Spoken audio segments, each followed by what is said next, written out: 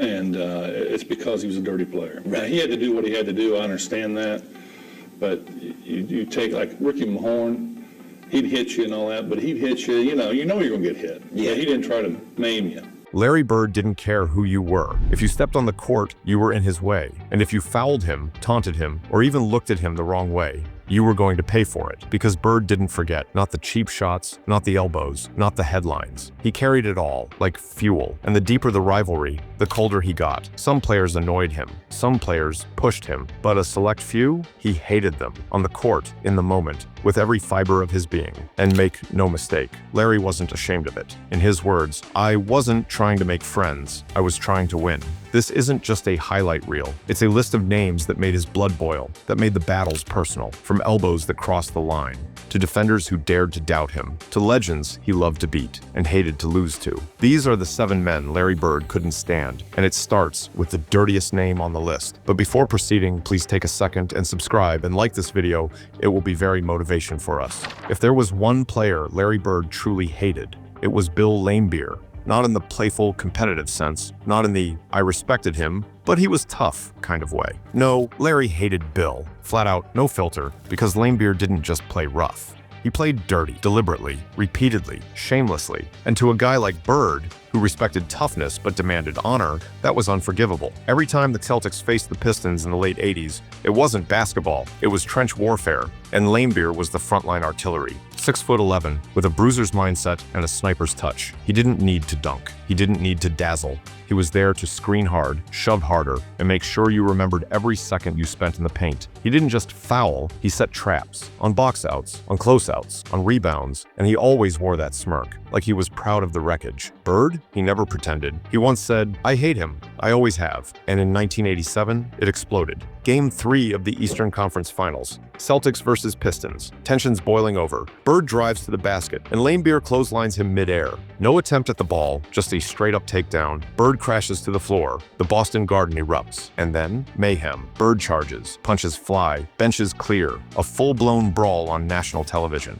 It wasn't an NBA scuffle. It was a fight. And when the dust settled, Bird didn't walk it back. He called Laimbeer a disgrace, said he didn't belong in the league, that he wasn't a basketball player, just a goon in a jersey. Because to Bird, toughness was sacred. You played hard, but you played fair. Laimbeer spat on that code and did it with pride. The irony? Laimbeer wasn't some scrub. He averaged 13 points and 12 rebounds during Detroit's finals run in 1988. He led the league in total rebounds twice, made 4 all-star teams. He could hit jumpers from 20 feet, space the floor, and set textbook screens. But none of that stuck. What people remember is the blood, the elbows, the smirks after a cheap shot. Laimbeer weaponized irritation. And Bird, for all his composure, wasn't immune. Because Laimbeer didn't just try to stop him. He tried to rattle him, undermine him, bait him. He'd hack you, then act like nothing happened. He'd knock you down, then jog back on defense like he was offended you were mad. And when you retaliated, he'd call you soft. To Bird, it was infuriating, because the Celtics fought with fists when they had to. Laimbeer fought with excuses, with plausible deniability, with bad faith. And even now, decades later, there's no softening. Bird has buried plenty of old rivalries, praised Magic, respected Doctor, even acknowledged Jordan's greatness. But when Laimbeer's name comes up, silence, or worse, that familiar look of disgust. Because Laimbeer didn't just foul Larry Bird, he fouled the code Bird lived by. And Bird never forgot it.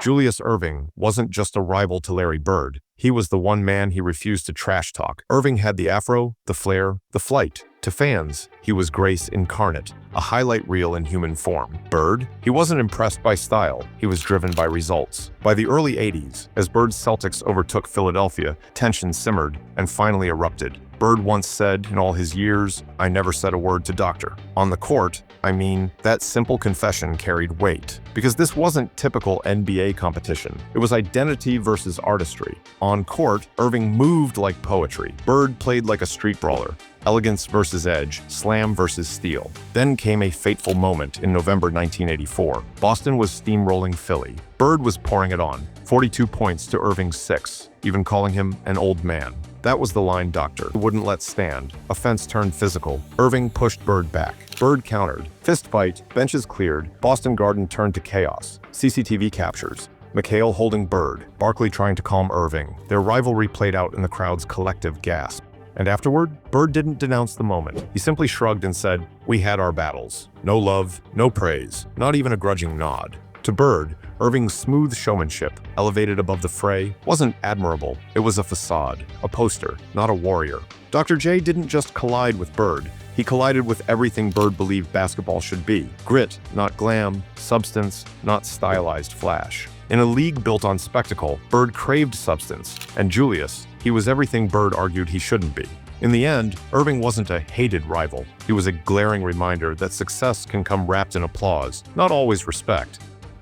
It started before they even shook hands. NCAA championship game, Indiana State versus Michigan State. Larry Bird versus Magic Johnson. Two kids, one from French Lick, the other from Lansing, staring across half court like gladiators. Magic smiled. Bird didn't. The rivalry was born before the NBA. And from the moment Magic won that title and Larry had to walk off with nothing but silence, something changed in Bird, something bitter, something that didn't go away. They weren't just rivals. They were opposites. Magic played like jazz, improvisational, effortless, alive. Bird played like a barbed wire fence, sharp, suffocating, and cold. Magic glided. Larry gritted. Magic talked with his eyes. Larry talked with his fists. The league loved Magic. The smile, the flash, the Lakers' purple glow. But Bird, he didn't give a damn about Hollywood. He cared about winning. And when Magic started doing that too, Finals MVP as a rookie, 3 rings before Bird got his third, the tension reached a boil. The Celtics and Lakers were more than teams. They were ideologies. Boston was toughness, sweat, blood, and history. LA was dazzle, showtime, stars in the front row. And at the heart of it all, 2 men, too different to be friends, too alike to ignore. Behind the scenes, they barely spoke. There were no dinners, no vacations. When Bird walked into the Forum, he wasn't thinking about entertainment. He was thinking about killing a dynasty. And Magic? He respected Larry, but he loved beating him more. They clashed in the 1984 finals. Bird got that one. But in 85 and 87, Magic took him down. Ask Larry about those losses, and he'll cut straight through the sentiment. No fake praise. No, we brought out the best in each other. Just fury. He hated losing to Magic, because Magic smiled while he did it. And that's what drove Bird crazy. Larry came from dirt roads and Indiana winters. He played every game like it owed him money. Magic, on the other hand, looked like he was having fun.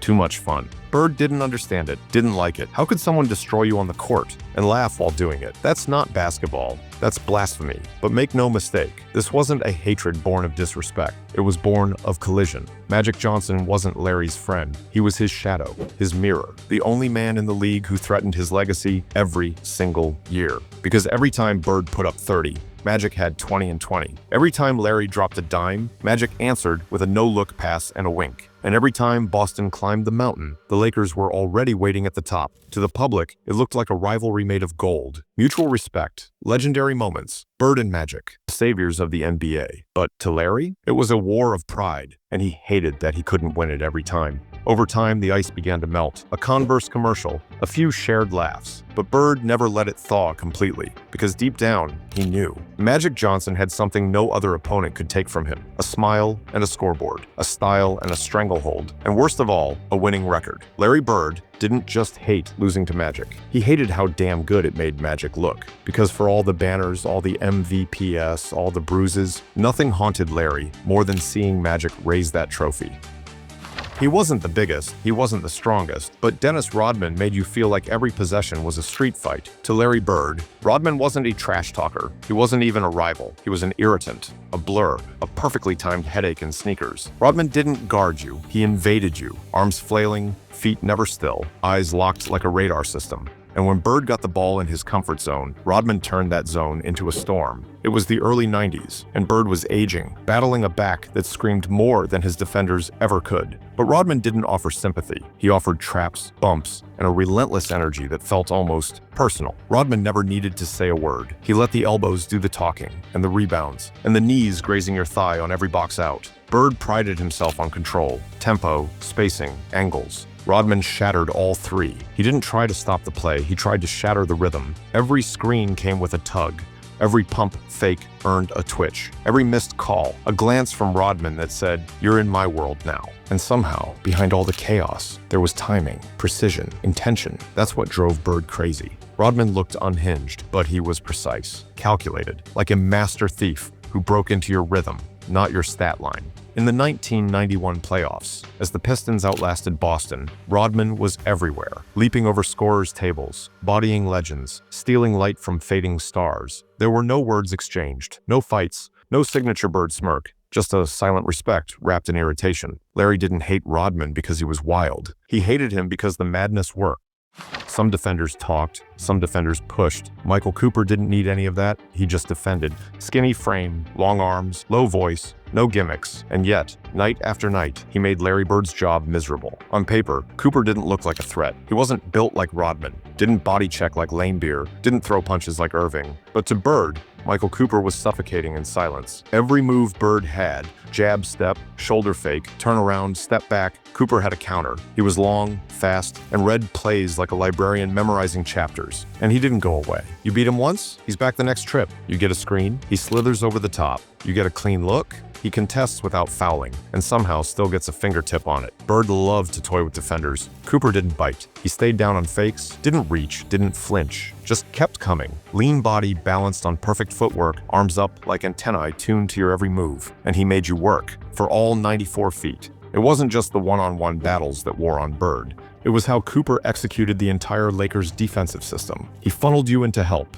He trapped with perfect timing, and when you thought you'd shaken him, he'd recover, like a shadow that refused to fall behind. During the epic Celtics-Lakers wars of the 80s, Bird's biggest rival might have been Magic Johnson, but the guy who gave him the most headaches? That was Coop.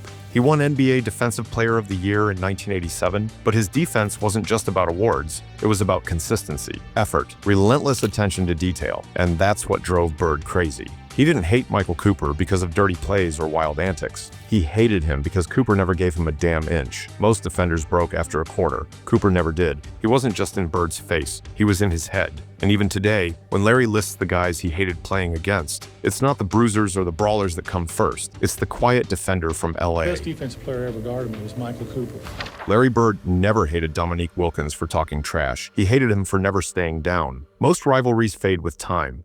A few get romanticized in highlight reels. But Bird and Wilkins, they kept theirs alive through bruises, buckets, and bitter respect. Every time Wilkins stepped into Boston Garden, he brought something with him, a challenge, not through words, through violence disguised as grace. To Bird, Dominique wasn't just a scorer, he was the test. That yearly unsolvable puzzle the Celtics couldn't prepare for on film. A walking vertical explosion with the footwork of a dancer and the ruthlessness of a street fighter.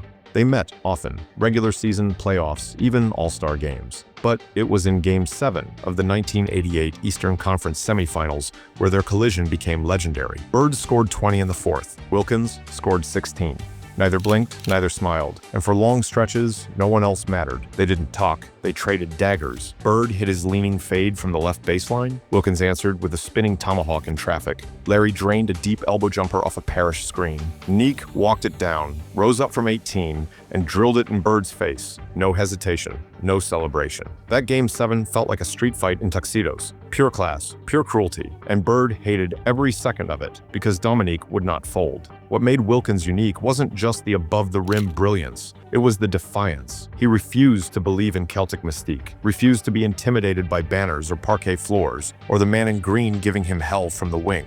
And that made Bird furious, because for most players, one Bird stare and a hard McHale screen were enough. But Wilkins, he stared right back. He wanted the smoke. Off the court, Dominique was humble, southern, almost soft-spoken. But between whistles, he became something else. A one-man riot with a scorer's conscience and a boxer's memory. Bird respected the numbers. Wilkins averaged 29.9 points per game in the '88 series, but he resented how hard he had to work to match them. Every bucket felt like a debt Bird had to repay. And even when the Celtics survived that Game 7, 118 to 116 barely, he didn't celebrate. He exhaled. Because Wilkins didn't just push him. He made him question if this was the year the East passed him by. That's what made the hate real, not personal, professional. Bird once said, "I always felt I had to play my very best when Dominique was across from me. If I didn't, he'd bury me." There was no handshake line, no post-game dinner, just sweat, silence, and two men walking away from a war they both survived, barely. Years later, the respect came out, but in the moment, Bird hated how hard Dominique made him work, hated that the Hawks were never scared, hated that every time he thought he had the upper hand,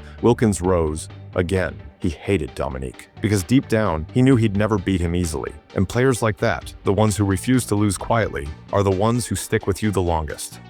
There were villains, and then there were bodyguards. Rick Mahorn was both. He wasn't the star of the bad boys, wasn't the loudest, the flashiest, or the most decorated. But ask anyone from those brutal Celtics-Pistons wars, and they'll tell you Mahorn left the deepest bruises. He shrunk the court, turned every screen into a shove, every cut into a collision. And for Bird, who relied on timing, spacing, and movement, Mahorn felt like a blockade, always there, always leaning, always taking a piece of you. Detroit didn't just allow Mahorn's physicality, they weaponized it. Chuck Daly called him the team's policeman. You touched Isaiah or Dumars, Mahorn found your ribs. No warnings, no remorse. There's a moment fans still talk about from the 1987 Eastern Conference Finals. Bird hits a fadeaway, starts jogging back, and Mahorn meets him at half court with a body check. No whistle, no words, just a message. That was Mahorn's brilliance. He didn't just foul, he normalized punishment, made it feel like defense. Like this was just how the game worked now, and Bird hated that. Worse still, Mahorn was smart. He towed the line. Never quite dirty enough to foul out, never obvious enough to draw techs, just disruptive enough to throw off your entire night. And that's what stuck with Bird, because he built his game on angles, precision, discipline. Mahorn played to undo all of that, not by outscoring you, by outlasting you. By the late 80s, Bird's body was giving in. His back screamed, his legs slowed, and every minute against Mahorn felt like a negotiation with pain. After the Pistons swept Boston in the 1988 Eastern Semis, Bird didn't hand out compliments. He just told the truth. They beat us up. No matter how many points Larry put on the board, Mahorn made sure he felt every single one. And in a league full of players trying to beat Larry Bird, Rick Mahorn came to bother him. If you thought Larry Bird held grudges, wait till you hear who Julius Irving went to war with. Click here to watch Julius Irving names his 6 toughest basketball players. You'll never guess who made his list. And also, do not forget to subscribe to this channel.